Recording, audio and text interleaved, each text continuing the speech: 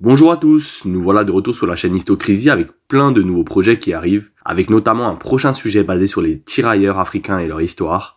Pour ne rien manquer des prochaines sorties et soutenir la chaîne, nous aider et nous encourager à vous fournir encore plus de contenu, n'hésitez pas à vous abonner à notre chaîne, à aimer cette vidéo, si elle vous a plu bien sûr, et à nous donner vos avis en commentaire. Mais maintenant, place au sujet du jour, Halloween.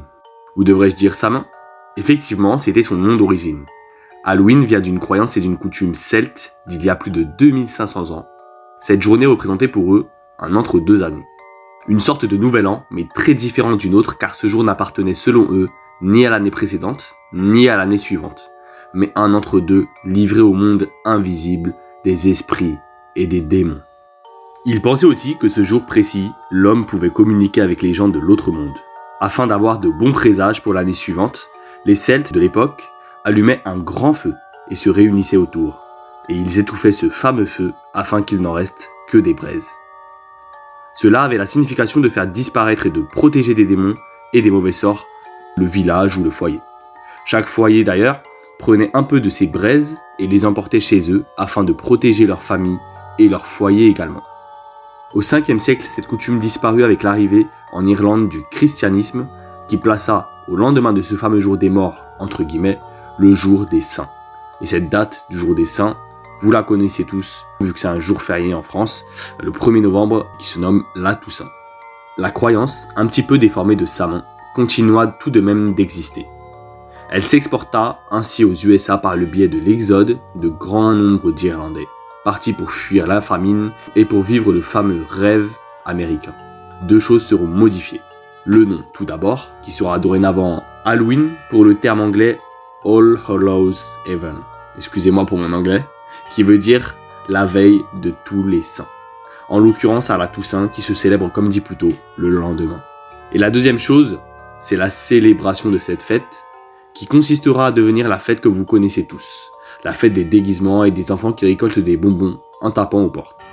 C'est là qu'il y a une autre coutume et croyance, cette fois occulte, qui est entrée dans tout ça, le satanisme. Cette date correspond à une fête sataniste inscrite sur leur calendrier satanique, qui d'ailleurs est très sombre et très grave, car ce calendrier incite au sacrifice humain, au viol, et venons-en aux fêtes, au viol et au meurtre d'enfants.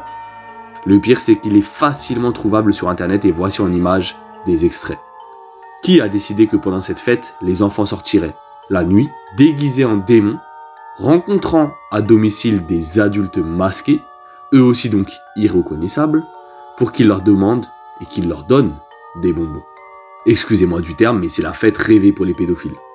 Il faut savoir que le pédophile et la pédophilie est clairement encouragé dans le satanisme, et comme le dit le créateur de l'église satanique Anton LaVey, donc là je vais vous citer ces mots sans rien en déformer, « Je suis heureux que les parents chrétiens, en parlant d'Halloween, laissent leurs enfants adorer le diable au moins une nuit dans l'année. » Et il ajoute concernant Halloween, « Cette nuit spirituellement démoniaque donne lieu à des rituels magiques, notamment à caractère sensuel, et qu'elle confère une puissance exceptionnelle aux esprits malins, sorciers et démons. » Ces propos, ils sont facilement trouvables sur le net.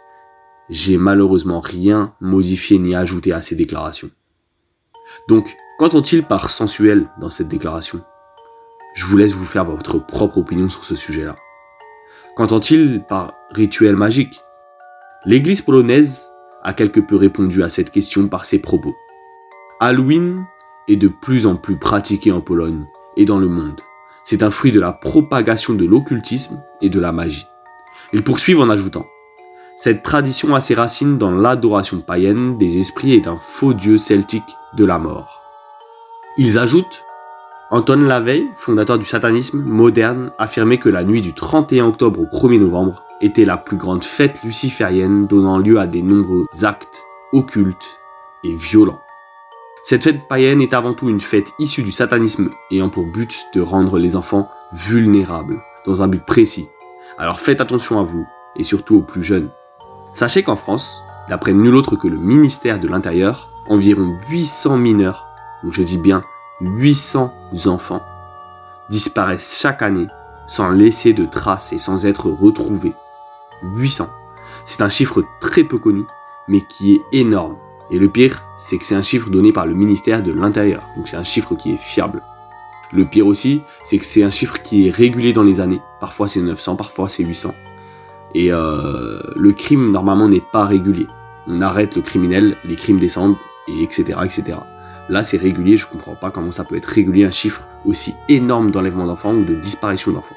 Et la question qu'on se pose, c'est où sont tous ces enfants? Que sont-ils devenus? Et surtout, pourquoi personne n'en parle et personne ne s'en occupe? Je vous laisse sur cette interrogation et n'hésitez pas à donner votre avis en commentaire. Sur ce, bonne nuit les petits!